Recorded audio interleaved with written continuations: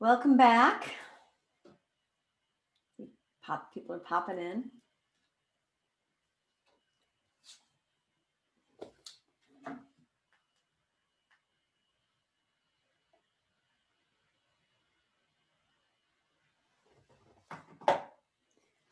All right. Well, thank you for joining me in that journey. Any comments, questions about the practice or anything thus far that you care to bring up?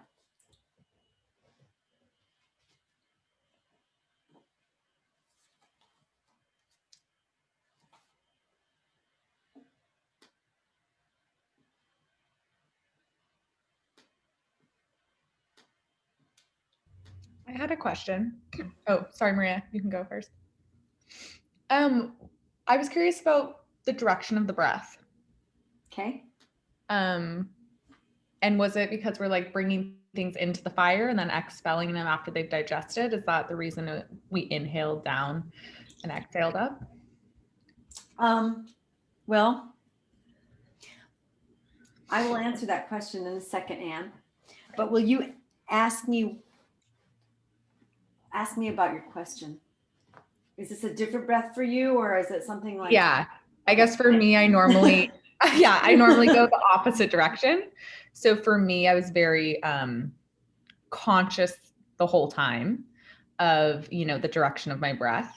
So I was just curious, about because it was new for me or not my usual. Great, good. Just wanted to, perfect, because that tells me more clearly how to answer your question. Totally.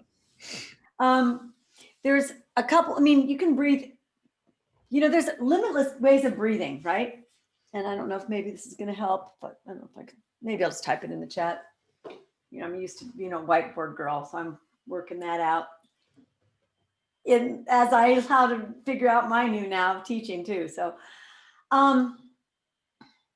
if you're in, because we were inhaling top to bottom, exhaling bottom to top. That's what I had to do. And the way that we've cued it before is inhale, chest, belly, exhale, belly, chest, which is top to bottom, exhale, bottom to top. That is a more Brahmana. I'm going to put that in the chat unless someone else can do it for me. Where's my chat? Brahmana. Brahmana breath pattern. So it's more enlivening, more expansive. And it's also for the yoga teachers out there, or just people that are interested in yoga, which is all of you, it's a more structural breath. So when you're working with, I'm going to say this word, and I don't like this word because it just doesn't mean much to me anymore. Beginners, people that haven't done a lot of asana, oftentimes we are going to direct them to inhale top to bottom, exhale bottom to top, because as we're inhaling, we're expanding the rib cage and actually giving the spine more support.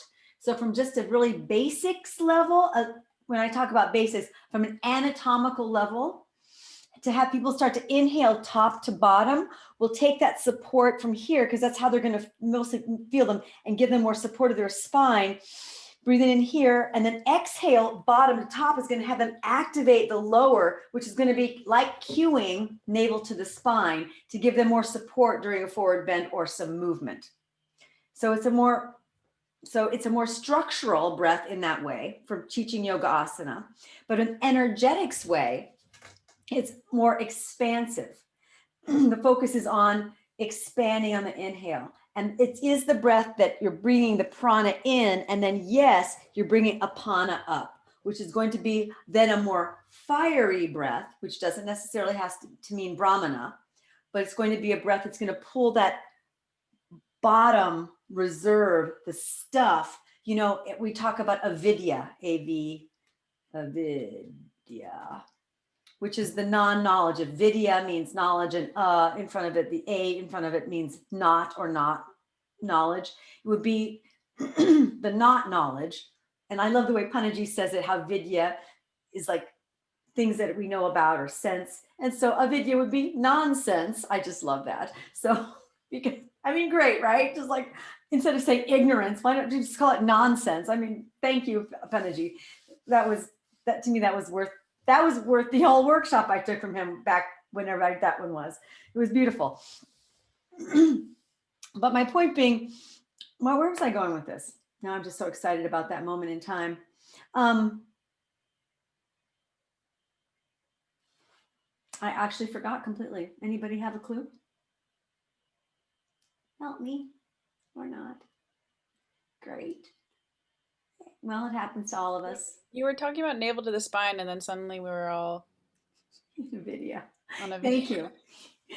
you. So the navel to the spine. Anyway, as we're bringing that energy up from Apana, in yoga, some of the texts like Desa Kichar talks about how everything from the 3 chakras below is where all of our avidya is stored. All the parts of ourselves, our obstacles, our stuff is stored. Everything from the 3rd chakra, 2nd chakra, and 1st chakra. So that's like the root, the seed of our problems, the density, the dense material, the stuff that's stuff, all that kind of aspect. So that would be the avidya. And as we're doing this breath of inhaling down and exhaling, bringing it up, we're bringing our avidya into the fire to be transformed. So that's that. And there it becomes, because we call that our stuff and the lower 3 chakras, we're going to put hierarchy. I mean, hello, it's not wrong. It's not bad. Like last weekend we spent a lot of time talking about, let's not make the root chakra this evil thing. It's not the root of all evil. It might be just the root of what we're looking at right now. What great gift is that? So can we not look at it as lower than, and our goal is to rise above. Our goal is to not be driven by our stuff. Our goal is to be able to pick and choose through our stuff and say, okay, I would like to look at that topic. Now I'd like to look at that. Now I'd like to work on that. Now I'd like to pick and choose that. So it's not running the show of us. We get to pick and choose our stuff that we want to work on or play with or explore or get insights from. I mean, Laura, you were talking about how sometimes you get fatigued, and just too much input fatigue. And so I can't, or just deplete, or all that thing about now I can't even come up with new ideas. Well, just at some point, that rest and digest allows us to clear out some of our projects so that we can make room for that new one. I'm also talking about this now, and because you brought it up, one of the ways we can tell we have an open heart, like our heart chakra is open, is that when we experience our life, what we experience through the heart one of our first 3 chakras, the lenses of those aren't yanking us down to look at the world through them anymore. So we aren't looking at the world primarily through our root chakra, which is our survival chakra, which our 2nd chakra, which is our pleasure pain center chakra, and our 3rd chakra, which is our unconfidence, dominance, power, and control, or lack there, or our victim dominance chakra, in nutshell words. So we're no longer looking at the world through that. So that's why we use that breath. And that's the long answer. You're welcome. We have Brahmana. That's a Brahmana breathing. The other one would be long enough. We're breathing into the belly first, and then exhale, inhale belly, chest, exhale chest, belly. That would be long, and that would be more of a reducing breath. So that would be one we want to work with if you're doing Apana Vayu. If you want to actually do some more eliminative qualities, that would be the breath that one might choose. That being said, these are just generalizations. Go home, do the breaths on yourself, and see what happens for you, because you might be one of those people that it's the opposite. Okay. Belly breathing is not going to calm every single person down. Chest breathing is not going to make everybody hyperactive. Okay. For some people, chest breathing is calming and belly breathing is activating. So just please, as instructors out there, don't get locked into, well, you should be calm if you do it this way. Well, no, This is a way we start, but what you should be doing is exactly what you're doing, period. Let's stop putting people in boxes, shall we? And then we can free ourselves from the box we put our own selves in. And how cool would that be? All right, thanks, Anne, for the question. And I know that was the long answer. Any other questions on that, though? Mia? From all the points that you talked about, and I'm also taking an Ayurveda course that I'm just beginning, and it seems that all the points you talked about correspond with Pitta, and with the eyes and the kidneys and the feet and the legs of action. The way that you taught this was amazing, because I could see in less skilled hands being very much more activated and heated up by a practice that focuses on the kidneys and the center chakra and things like that. So I am wondering, from a therapeutic standpoint, is this the third chakra is someplace where you have to be careful in Pitta imbalance with Pitta imbalanced people? And and I say that knowing that most of us who live in cities, we're Pitta imbalanced to a certain extent, and then and so taking the cues on how to approach this through that energetic lens in terms of how we approach, like the back bends lying down on the ground like you had done on our belly and so on and so forth, so as not to aggravate things too much. There's just seems to be, you hit on all the organs and legs of actions and senses that I had just been reading about. And I was like, oh, like even the eyes. So just curious about how to apply that, or can't, because there does seem to be some interplay there. What a great question. And there's no short answer, Mia. The short answer would be work with the material. Find out what feels sattvic or balanced or works for you. Knowing that I'm going to assume that you're a Pitta person. I'm not diagnosing or anything like that, but since Pitta is, you've mentioned a lot of clues from a teacher point, saying, oh, Mia, I think she thinks she's Pitta. Now, I don't know, I've read about you, but I can guess that you've got some Pitta in there.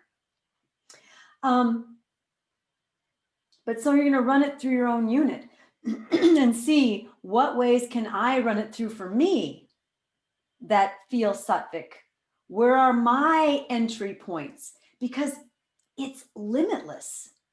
You can pick, here's this wheel of life going on and on and on. And you can come in anywhere. It's like Wheel of Fortune. Well, maybe not Wheel of Fortune, but like a roulette wheel or something. I don't know. It's a wheel spinning. Big wheels keep on turning. Proud Mary keeps on burning. I'm just saying, it just comes back to that pop song. But you got this thing moving and you just say stop, and where it stops, nobody knows. But that could be your entry point into it. Now that was the short answer. Now a little bit longer answer. I'm sorry, someone just jumped on, so there you are now, Mia.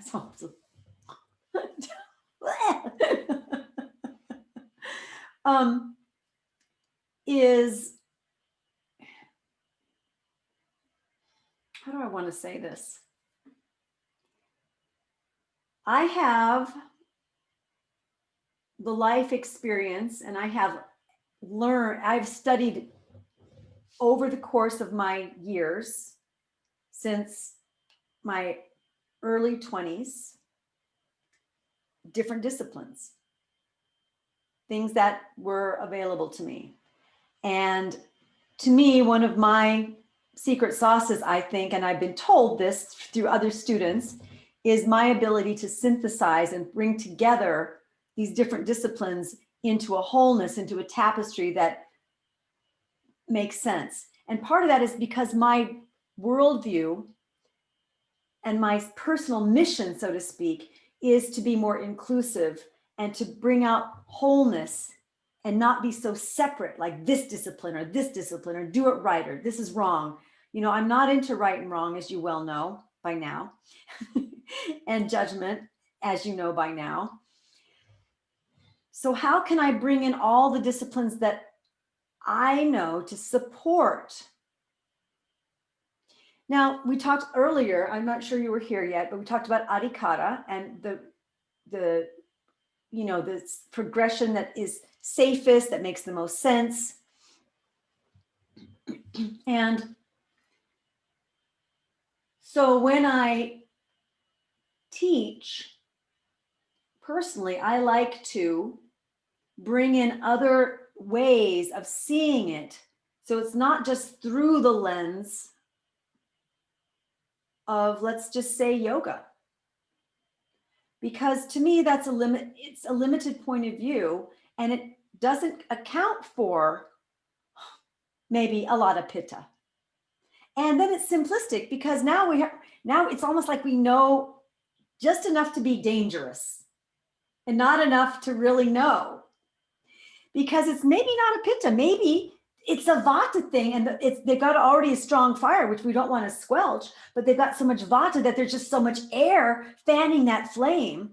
So we don't know. Or maybe it's a lack of kapha, so the wood is so dry it combusts, and just we don't know where that imbalance is really until we get in there. So from a therapeutic point of view, assume you know nothing. Start from curiosity. And then that's where we get out of the way and just do these practices ourselves, and try not to have a picture on what a pitta imbalance looks like, or a vata imbalance looks like, or a kapha imbalance looks like. I mean, when you're learning, you have to put it in categories, yeah? So I'm not saying don't do it, but when you're actually in the room with someone, be open to them guiding you into somewhere new. Be open that there might be another way that you haven't looked at it, because that is usually what happens. And there's going to be some panaceas, or not really panaceas, that's not the right word, but there's some basics, and that's where we go back to the foundation, because those foundational teachings, Nadi Shodhanam, breath that's right for you, gentle work, always being gentle. You have like the Jainism, you have all of eternity. I mean, that's not the Jainism necessarily, but whatever it is, you can't get it wrong. You have all of eternity, which is going to go into the book. So things like that. To lighten up, that's Dennis, but coming through me, these ideas of how are you bringing it in? Are you giving them space to go off the page? How much space are you allowing in your meeting with them to take the pressure off them having to get it right, which then is going to increase that pitta, believe me, if there's a pitta thing going on, or confusion if there's a vata thing, or the dig in tendency if there's a kapha thing. So the pressure of we having to get it right is just,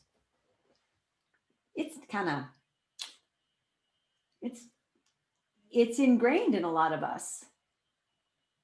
And how can we override that? How can we be the facilitator to allow someone not to feel like they have to get it right, to look at them as they're not broken, that they're perfect just as they are, right here, right now, without exception, without exception. I don't care if you can't sleep. I don't care if you can't poop. I don't care if you can't pay your bills. You're perfect right now. Can I hold that space? That's the space. That's the space to hold. Because otherwise it's just my shit about what life should look like. And I'm not living their life. They are. So long answer. That's kind of the long answer. The short answer, you're learning. We're all learning. So test things out, but don't try to get it right either. Yeah, I think I was just kind of, if we had done, if you just given us a sheet and told us the poses to go through, I think it would have been much more heating, and I would have used a lot more stomach muscles and twisted more, and and it was the guidance with the focusing on the back body, and the kidneys is the movement, which actually created a lot of space and softness. And so I think I was asking more from the you know, it seems like if you just open a book and look at exercises that poses that focus on the third chakra and do it. So I think I was asking more about the Bhav, right? And like, okay, so when you approach these poses, not that, you know, because, you know, they can increase Pitta and some people, whatever. Some people Yes. want it, some people you need to do it. But, you know, so how, like, what's the Bhavana to hold and maybe to play with when you're approaching what can be more fiery, Pitta increasing poses, right? Besides, you know, breathing into the kidneys. That was more what I was trying to figure out how you approach that. I made a deliberate, thanks. Yes, it's all about the Bhavana. I wrote it in the chat, or the Bhav. that is the feeling. The Bhav is sort of this container which we hold the actual elements of the class. So it's sort of like we have the cell membrane, and then we have the interstitial fluid, or the substratum, or whatever you want to call it, the stuff that holds all the pieces in there together so they don't bump into each other, you know. The Bhav is what holds the class. So I can do any poses, by the way. I can pick any poses and get you anywhere I want you to go, because my Bhav is that freaking strong. Because my Bhav is that strong in me. So how do we develop our Bhav? We practice. We play. We decide what's important. For me, non-judgment, man. To be free, to not do it.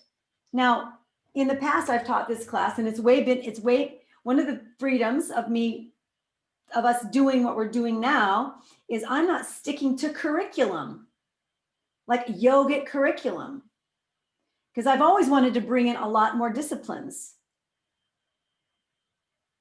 than I have in the past, because this is my jam.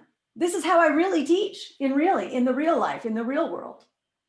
So I'm going to bring in the kidney and the space, because I don't need to give y'all right now a feeling of a fire that's going to heat you up and make you feel miserable. And if that happened for someone, then that's great, because as it's been said, and I know Brenna has said this out loud and has heard other teachers of ours have said it, the fire doesn't lie. It will take us to the truth of what's going on. So if things are crappy and it brought you to that place of, my life is kind of crappy, maybe it did, but maybe we can do it from where there's a place of spaciousness around at least the realization of about how crappy things might be.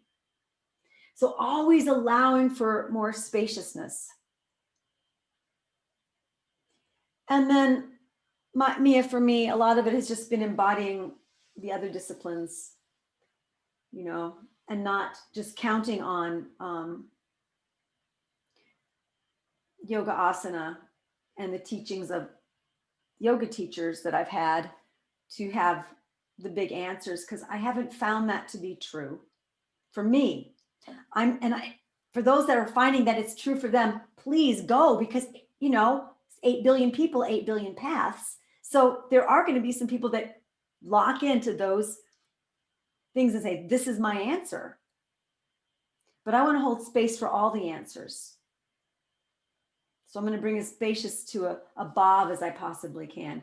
Also, other technical things, my tone of voice.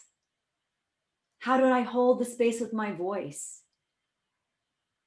That was a very spacious Bhav. I could have said, okay, now really draw in the abdomen. Exhale, top to bottom. Inhale, bottom to top. I mean, I could have given you a way more Rajasic, yeah, motherfucker, let's get in there and burn some shit up attitude. I could have gone there. And I have in the past. And you've been in rooms with me where I've done that deliberately so you could feel what that feels like. And Lindsay's going, yeah, that was horrible. I got so hot, I wanted to cry. No, but you know, so you've been in the room with that. And I can go there. And if I've got a room full of wet blankets, literally, that are just glued on the floor that can barely move, I'm going to light a hotter fire. I didn't need to light a hot fire in this room. If anything, I just need to keep things chill and cool because I know most of y'all, and I know where you go in your head, and I know where your judgments can hang out, and I know you can get all in that stuff in yourself. So why am I going to provoke that? You already know it's there. I didn't bring that up. You already got that awareness. You know who you are, and you know if it's not you. So, tone of voice, and then being free. Did you notice how many places of improvisation I gave you in the class? When do you see that in a yoga asana class? No, do it this way. Make sure your alignment's this way. Did I talk about alignment once? Really? No. I talked about where's the energy in your body? Where's the connection? Can you feel the connection between this and this? I invited you. I didn't order you to be a bunch of straight lines with joints. I invited you to explore what was happening with you. And I would always say, or something else, and stop and explore what you want to explore. I mean, that's very permissive for a hatha yoga class, which is another way I put space around it. I also trust y'all to take care of yourselves. I also trust everybody that comes to my class to take care of themselves. Because you know what? It is not my job to take care of them, to take care of anybody. It's my job to provide space and instruction and answer questions and to create an environment. But ultimately, by the end of the day, no matter what I say or do, I cannot control what someone does on their mat. I can't. And I've tried. I have tried. And no matter what I did, people still have gotten hurt in class, no matter how many times I say, do less. No matter how many times I say, why narrow your stance. You know, people are going to do what they're going to do.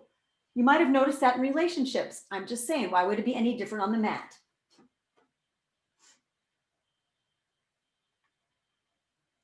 Sam, are you raising your hand? Okay, just checking. Does that answer your question a little bit more clearly, Mia? Okay, and I didn't want to talk around it. I just wanted to give a bigger picture here. Again, putting space around this idea. Anyone else have any questions or comments about the practice, the meditation, anything that's come before? Could you talk more about the connection between Agni and the eyes? Maybe. I will try, Laura. Well, the eyes. How do I want? What do you really want to know? Well, I was more just curious about those parts in class where you were cueing the gaze really specifically in a way that I hadn't heard Drishti sort of explained before. So I figured that it has something to do with like manifestation and fulfilling your sort of intuitions or things that you want to digest. But I wasn't entirely certain what you meant by it. So that's why I'm asking. I'm going to answer the question, but I'm going to ask you a question first, if that's okay. Yeah. What, by moving your attention there, what felt different, if anything, to you?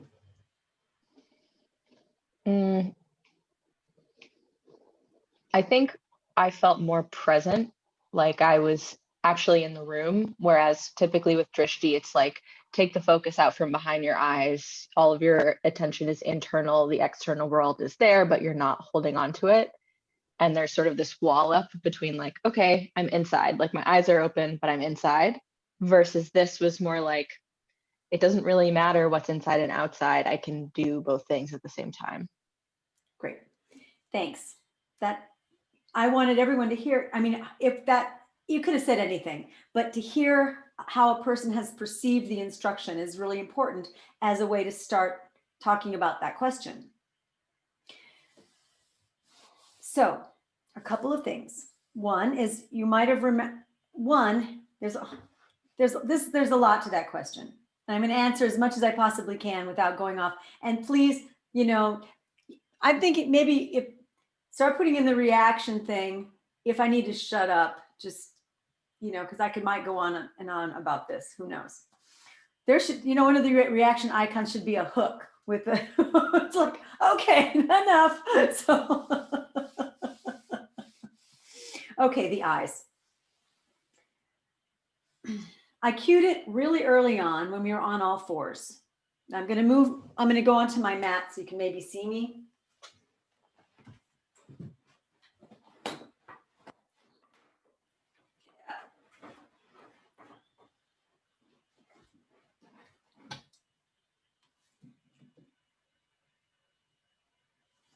Can you see my mat? Yes. Okay, so I don't need to be on. Can you see me here? Yeah. Okay, great. Thank you. Can you hear me here? Yes. Okay. So as I talked about, we talked earlier, and I brought the body mind, the Bonnie Cohen stuff in, about how we had the pelvic floor and the coccyx as two possibilities of where the root chakra is. And then we brought it up into the second chakra, which would be the gonads, ovaries for women, vas deferens for men, right around in this hip area, yeah? And how we talked about how the pelvic floor is a different energy, but once we get into the second chakra, the water element, how there's a sense of propulsion, the sense of movement, of just a sort of a flow, an ebb, just sort of moving around in here, sloshing, you know, whoosh, just enjoying that sensual, watery yumminess of movement, okay?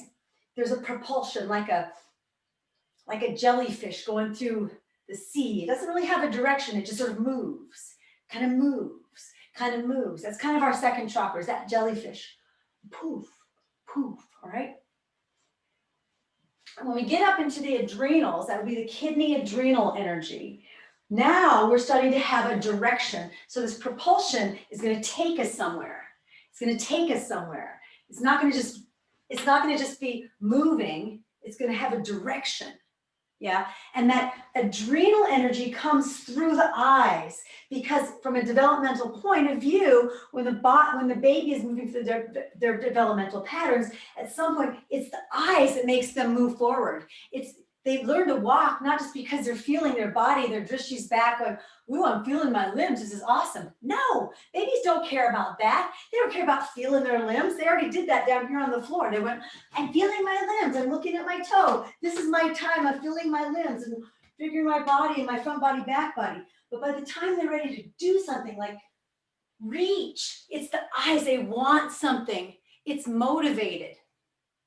There's a reason they want to walk towards something. It's not that they're just like doing the pose, drishti-like, yeah? So once we add that propulsion of the adrenals, which is that desire, that will, that determination, it goes through the eyes. And I brought it up specifically today because I couldn't see you all the time. And I wanted to cue to see where you were with your adrenal connection, because if you were doing all this stuff with your head hanging down here, then I would know if I could see you that you weren't accessing your adrenals and you were stuck off in your gonads, overloading then the gonads, fatiguing that whole gonadal system of support. So I cued you the eyes to help you remember, because if you see people in yoga class with their heads bopping around, their adrenals are not in the picture of support, which means anything they do like a back bend up here, they don't have the support from underneath to hold that expression up. So that's why I cued the eyes. It just happened to also, tie into the tanmatra, or the sense organ of the third chakra. And also it has to do with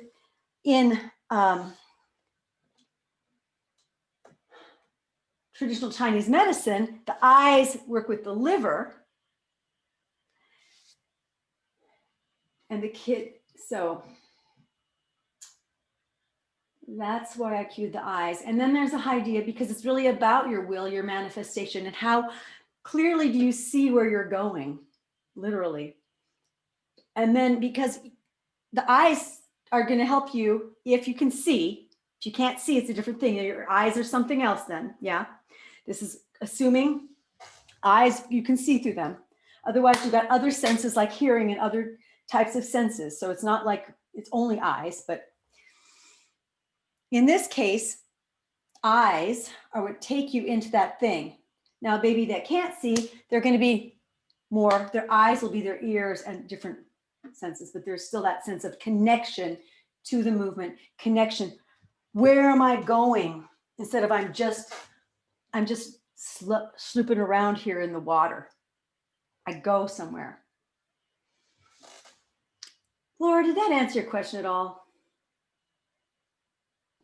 And Yeah, then that made sense. okay, good. And then one more thing, and then Sam is, and I also cue to keep your eyes like vibrant and connected to that fire. Like there's fire in someone's eyes. There's a light in their eyes. You know, those images, like you can tell when someone's really sparkling and their eyes will sparkle. There's a sense of like engagement and presence when the eyes, that's a tejas thing, Tejas. Lizzie, if you don't mind throwing that in the chat in a second.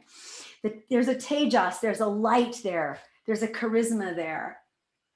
So it's, there's that, and it's not that sort of peering gaze where I'm just scared out of my mind. So my eyes are grasping to hang on to anything, which is sometimes what you see in yoga class when people are trying to balance. Their just eyes are focused on something because they don't want to fall. Yeah. I'm not talking about that gaze. I'm talking about that present in my being, present, letting my light, letting myself experience my own light. Okay. Thanks. Thanks for asking that question. Sam, comment.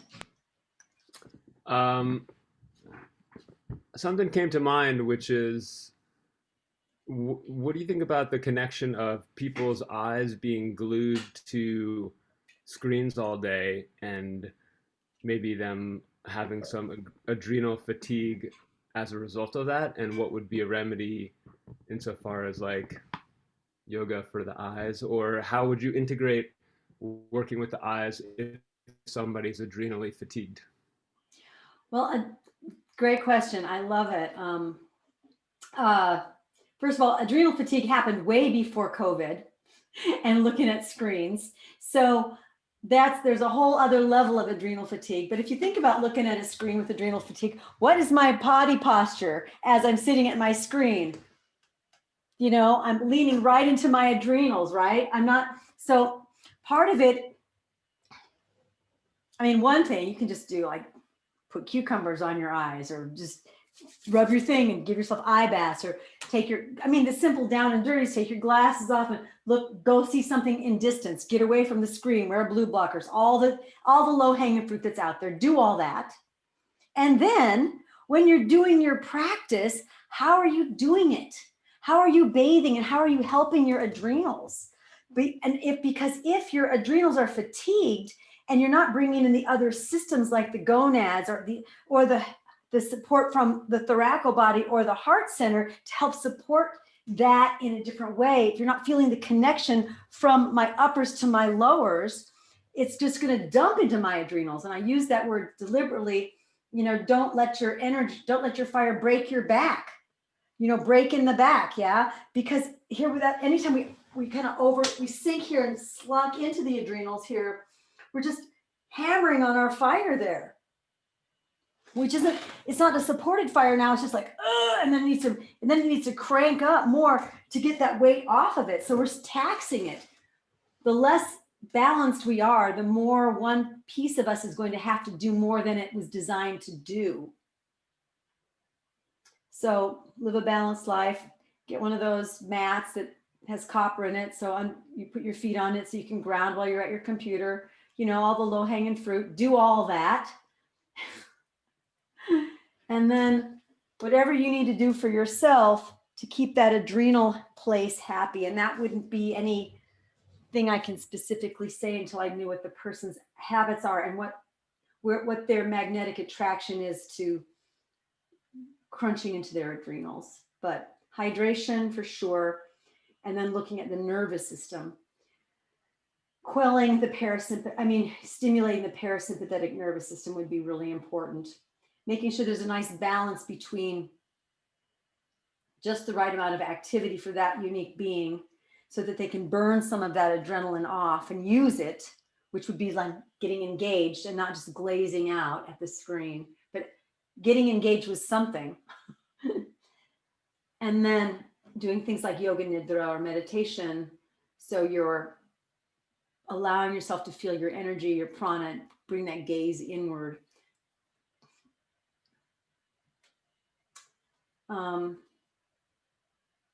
There's a whole list of things to do. Maybe I'll remember and give you them. Jean? Yeah. It's Michelle. I remember when I used to work 40 hours a week at a computer, and I think, we're in that position where we're hunched over and we're crunching our kidneys and our adrenals. And then I would go to vinyasa classes and overarch and back bends thinking I was counteracting that. And I'm wondering, now looking back on it, was I then compressing more, because I know back then too, I wasn't giving the space to my lower back, and instead I was collapsing more like in the mid torso, and I'm really flexible, so there were lots of times I'm counteracting that, but I almost wonder if I was making it worse sometimes. Well, you might have been making it worse. I mean, you're flexible, so there was that in your favor, or you might not. I'm not saying don't counterpose, if you've been hunched today, open it up. But how do we hunch and how do we open up? And it's just, clearly I have passion about this, but it's not just about throwing the shoulders back and squeezing the shoulder blades together. That's not necessarily doing it. And we say lift the sternum, and we have our body all into these things, which is why I like to find places of support deeper inside of ourselves, like going for the organ support and the organ alignment and what's happening in my glands, and letting my external body be supported. So it's not feeling like it has to do all the supporting, because it's not its job all the time. There's lots of players in my being that can come in and bring some support in. So Michelle, I'm not going to say whether you're harming yourself worse, because I didn't see you in class, but I would say for some people, if it was, somebody else in your position, for sure that could have been not counteracting it, but just actually hammering in and actually squeezing the adrenals, so then they squirt even more. It's like the thing we talk about when we talk about doshas, and if you want to get more energy, how do we, instead of doing coffee in the afternoon, let's do a couple handstands. Well, if you're tired in the afternoon, why do we need to boost ourselves up? Maybe the issue is we need rest. And at some point, maybe the answer isn't doing another cup of coffee or another handstand. Maybe at some point the answer is actually chilling out. Just saying. So, because we can keep putting Band-Aids on it all day long, all night long, for years and years and years, and not feel the effects of that compensatory pattern that we just keep asking our bodies to do. We're so resilient. We're so adaptable. The human body is freaking amazing that way. It will rally until it just can't anymore. And we don't want to get to that point of adrenal fatigue or something like that happening, some big thing happening. So we have to pay attention, like some big global thing happening like COVID to keep us all inside and look inward, for example. Just saying, that could be part of it, or maybe not. But Michelle, you might have definitely been squeezing and hammering on it, but if you were flexible, it might have just been a nice, spacious, lightly countering. I'm not going to answer yes or no to that. Both could be true. Both are completely possible. Yeah, I think for me, I at the time I wasn't aware of, I didn't really have a whole lot of body awareness. It was more of the physical activity of doing yoga, that I was drawn to. Yeah. And as the years went on, of course, you found more practices that were more restorative and rejuvenating. So it made me think about that when Sam brought up the point, and you were talking about body positioning at the computer. And so thank you. Yeah, you're welcome. Someone else. Jean, when you were talking about ways to release that adrenaline, it made me think of Brenna has us doing these body shakes. I don't know if anyone else has been taking your classes where you just shake for 2 minutes, and it makes me think of all the times I've heard people say like, animals shake it off. Like, that's what we need to do. And so it just feels really good when I remember to do that or take one of her classes. And it just seems like it's really accessible to everyone, you know. You don't have to be any certain level of health, it doesn't seem like. But I was also thinking about my friend, I'm talking about adrenal fatigue, like my friend, and then just I think women in general, about my friend just texted me the other day with a little meme that was like I just took a long nap and I'm still exhausted. I was like, well, we've had COVID, she has her kids at home, she's trying to work full time. You know, there's the wildfires where we couldn't breathe. There was the, you know, I just listed everything and was just like, maybe you're just tired. You know, I mean, it just seems like it's incredible, but she's like trying to, you know, not, I mean, it's, you know, trying to mainline coffee all the time. And she's like, I just think I just need to find the right vitamins and all sorts of things.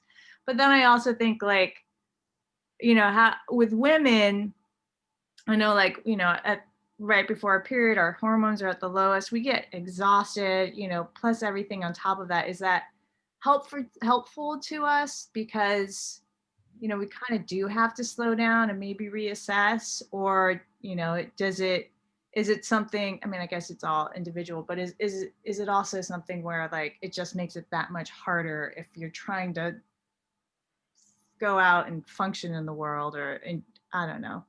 I feel like it's been a while since I've had that 60-hour per week job, and I can kind of remember back and think how it was, and wish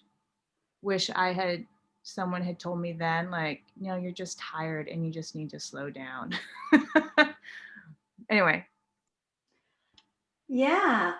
Well, I just, you know, it's taken me a while, 60 some years, 61 years, for me to really get behind the value of time and that things take time, and also to kind of get real with it. And just, I was also one that wanted that vitamin. I wanted that magic cure. I wanted that magic thing. So I'd be enlightened in a day, or whatever my story was, you know. But things take as long as they take. And I have had enough private clients and seen enough people in my life to this point where I just secretly smile without judgment, but from a place of compassion. And I just want you to know that one nap isn't going to do it. You know, I took a long nap, and why am I still tired? That nap slowed you down enough so you could see how tired you are. Because before, I just couldn't even see it. I was, you know, and it could take more than 2 naps before you're back on your feet. I had one person that was at a 60, 80-hour a week job scenario in tech, and this person left tech and kept saying, okay, I rested for a month. I'm still exhausted. I said, keep resting. 2 years later, I'm still exhausted. I said, then keep resting. Now the pressure to do something is like, like Bullwinkle. Watch me pull a rabbit on the hat. That thing. You must produce. It's been 2 years. You know, you're a failure. What are you doing? Okay, well, who put that timeline out there? Excuse me. Was it in some yogic text? I think no. Was it in some spiritual rule book that you have 2 years to rest, and then you have to get your shit together and and then we even say that, get your shit together and do something? No. That's all self-imposed culturally, and we buy it and all that kind of stuff. So 4 or 5 years later, the person finally had enough energy to do something. 6, 7 years later, they're doing some really amazing stuff now because they gave themselves as much time as it took them to go into that. Now, I didn't talk about sperm and egg in this particular training, but I can go back to the egg. If you've been spermy out there doing stuff, not man, woman, but the energy of egg and sperm. Egg is all about chilling. Egg is self-nourishing. Doesn't need to look outside. It's whole and it, complete in of itself. It really is about not doing. We need that. And we also need the spermy part of ourselves. I'm very spermy. I like to go do stuff, but how much egg time do I need? So my sperm is excited and engaged and not feeling like I'm being driven or pushed or forced. And how much sperm do I need for me to say, okay, now I'm tired. I'm gonna go rest in the egg. It's the starving and stuffing conversation that we had earlier today. How much rest is enough? How much activity is enough? There's no rule. 8 hours, 1 nap, 7 years. We don't know, but I can't tell someone you might need to rest for 7 years because they will just roll their eyes and walk away. So I can take it moment by moment, session by session, and keep encouraging them to keep going. This is the same with the COVID thing.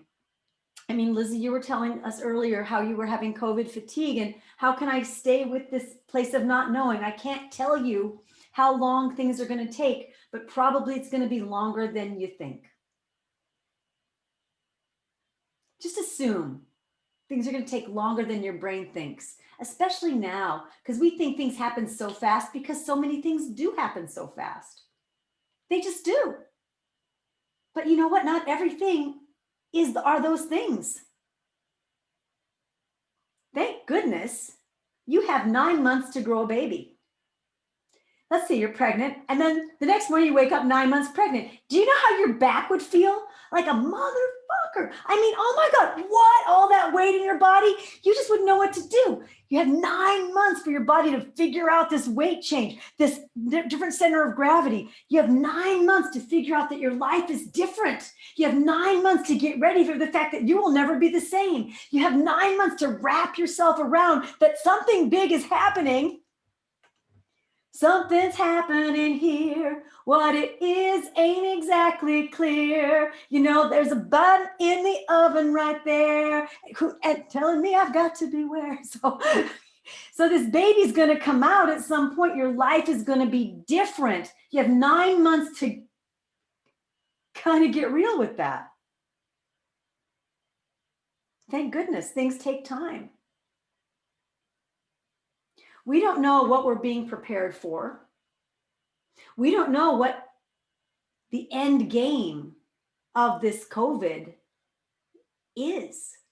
We can think, well, things are going to go back to the way they were. Well, then I would say guess again. Things never go back to the way they were because they were that way already. And why would creation repeat itself just to do it again when it already did that? Okay. I've read the Nancy Drew books a few times just because I liked them. So I did go back and repeat some things a few times. But hey, universe doesn't need to recreate itself. It recreates itself somewhat, but with different nuance. So it's going to be different. So let's look to, we don't know what it's going to be. It's a new book, new ending, and it's going to take as long as it takes. And if you need to think that things are going to be fine by the summer and everything's going to be back to normal because that's your shred, that's your lifeline to keep you engaged and feel okay, then use that. Nothing wrong in that. So don't come down on people that are thinking that things are going to be fine in 4 months. I'm going to share a little quick story of when I had the 200-hour teacher training, that we were right at the tail end of it. We had like about 4 more weekends, which is significant because that's where they do all the teaching. And then we got locked down last year. And I'm going, okay, this is it. We got to change right now because we're not going. I knew that we weren't going to be going back in the classroom. Just because I've been around the block enough times and I understand how viruses work, and I just go, this ain't going anywhere. For me to think, oh, this is going to be over in a week I don't think accurate. Was it? Yeah, I just didn't see that happening. If it happened, I was all for the party. But there's no way I was going to say, oh, let's just wait and see what happens next week. No, I was already pivoting at that point. It took me oh my God, that was one of the hardest, not hardest, but there was a lot of energy in those last weekends for that particular training because there were so many people holding on for, well, let's just wait till things open up again. And I finally had to sit down with the group and said, hey, we don't know when or if things are going to open up. And here's the sets of, from an administrator point of view, here's the sets of variables I'm looking at. And I just laid it out on the table. And I said, now, y'all, because I talked to every one of them individually numerous times about it.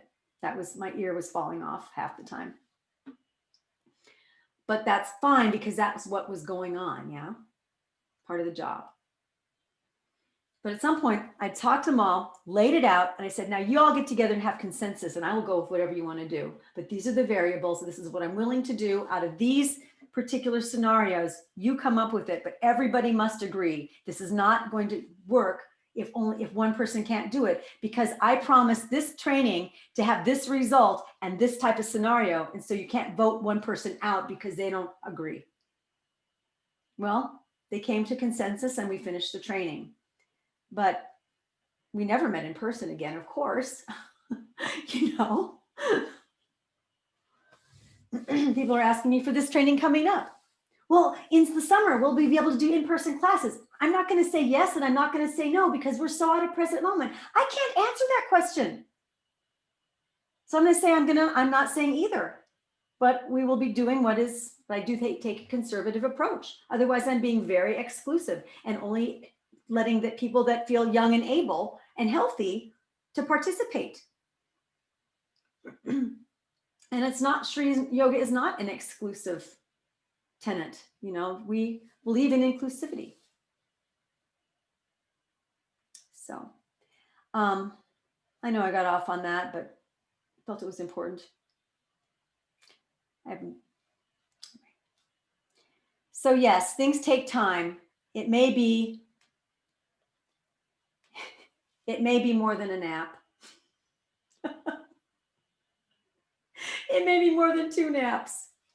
Things just take longer, you know, they just do. Including our intentions and our sankalpas and the things that we want. And there's a practice out there about, you know, putting something that you can achieve in an 18-month time period. I think that's a good place to start if you need a container, but then make sure you're picking something that really is doable in an 18-month thing. Don't say enlightenment. Yeah, that's just not fair to you. And it will only help you.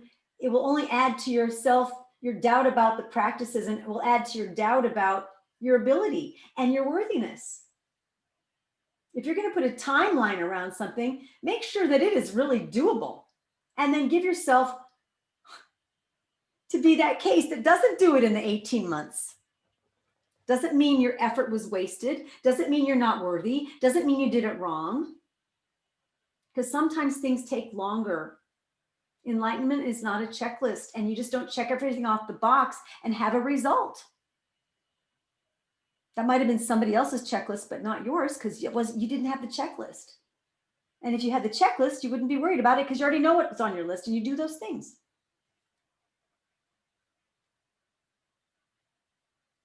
Things take as long as they take. Period. They just take as long as they take. One thing that gets me about cooking shows, and I know that they're all kind of fake, but I believe they're true because I want to, is when they have 15 minutes and they have to put a cake in the oven. No cake bakes in 15 minutes, a full layer cake. I just know science, and that just doesn't happen. I don't care how high you crank that heat. You do not get a cake, a layer cake, put it in the oven. It doesn't bake in 15 minutes. It just doesn't. So no matter how much I want it to bake in 15 minutes because they're going to call time up, it isn't going to happen. Things take as long as they take. And sometimes we know it's going to be 35 to 45 minutes. Still, it doesn't tell you exactly when.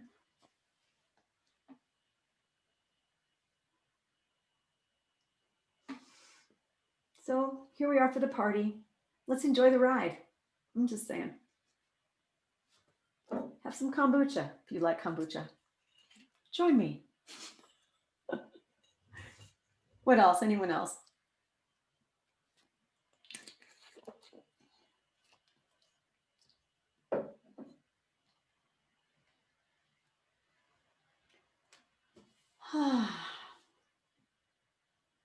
Are you sure?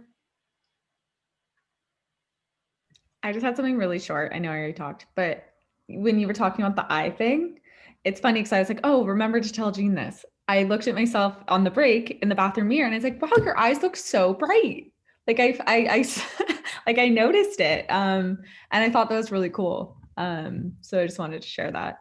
And also just thank you. God, you're such a well of wisdom. Every time I listen to you and am in this community, I'm just so inspired. So thank you. Thanks, Anne, about your bright eyes and for sharing that. And also thank you for this community, everyone.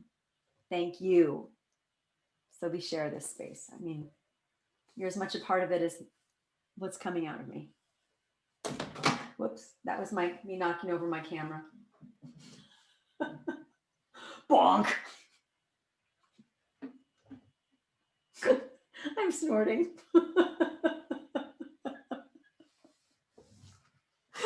All right. Isn't it great to not have to be like a picture of some perfect something because I'm already perfect? Just love that. Anyone else? Sam, it looks good. Cheers.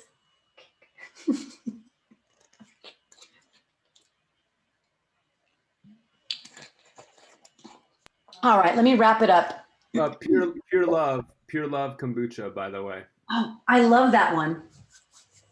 This is also good, the blueberry mint hum.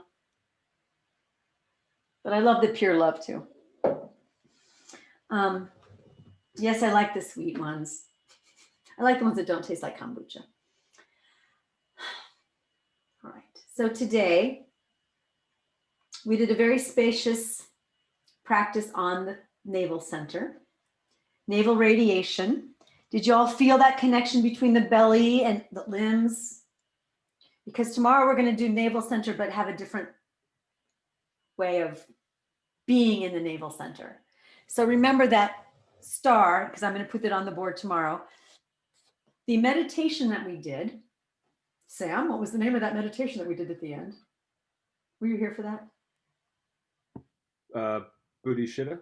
Bhuta Shuddhi. Buddha Shuddhi. I only know because you've been practicing it. Bhuta, Bhuta Shuddhi. So that would be elemental purification.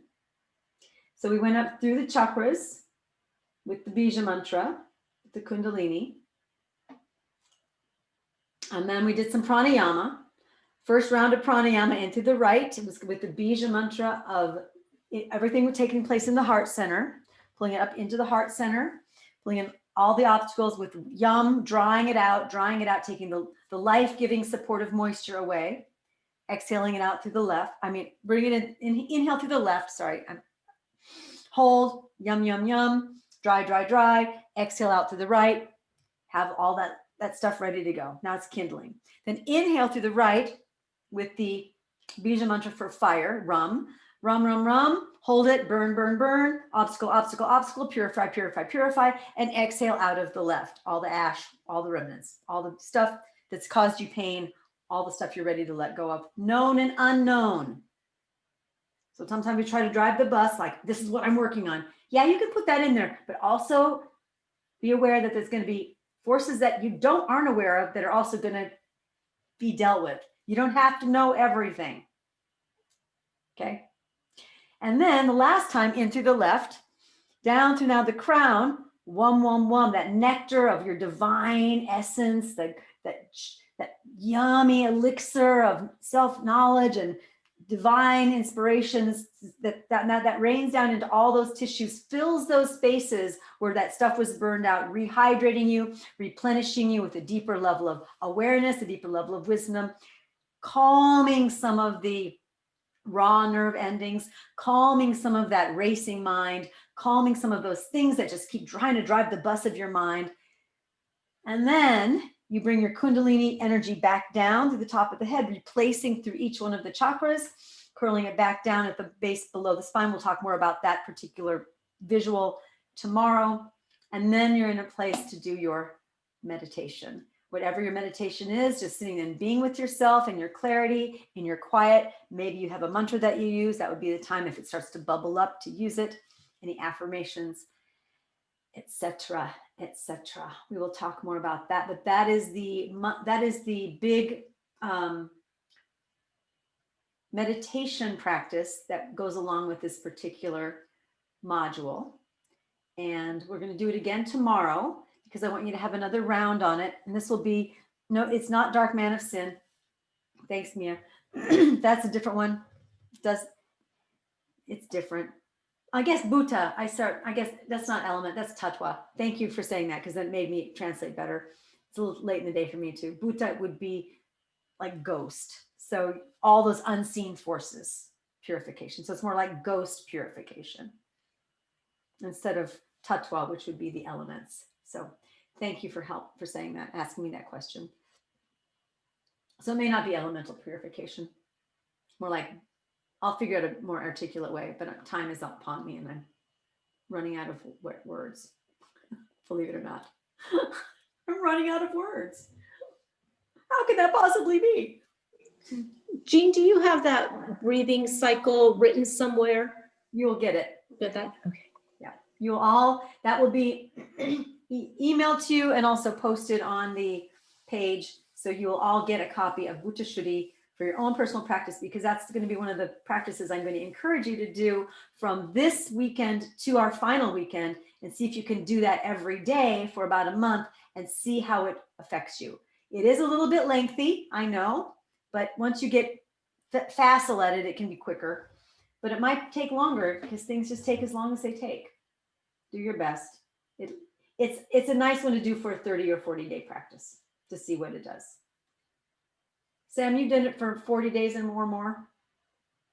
Have you done Bhuta Shuddhi? And have you anything you want to say about that from your point of view of having practiced it for more than 40 days? Or not?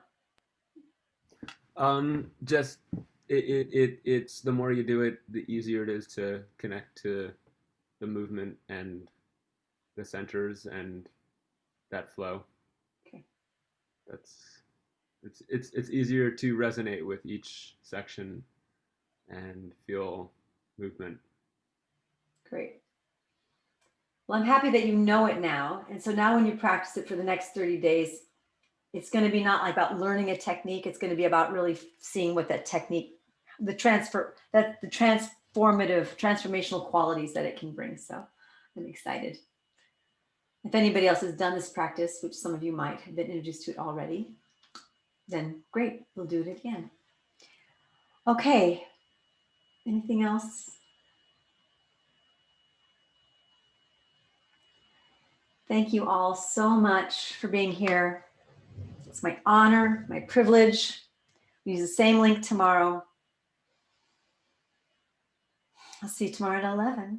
Namaste. And Lindsay, if you could give me email me the list of things. So when I get the stuff up on the website tonight, that'd be great. Yep, you got it. Thanks, Annette. Bye. Linda, welcome. Glad you're joining us. Good to see you, Mia. Lizzie, great to see you. Laura, yay.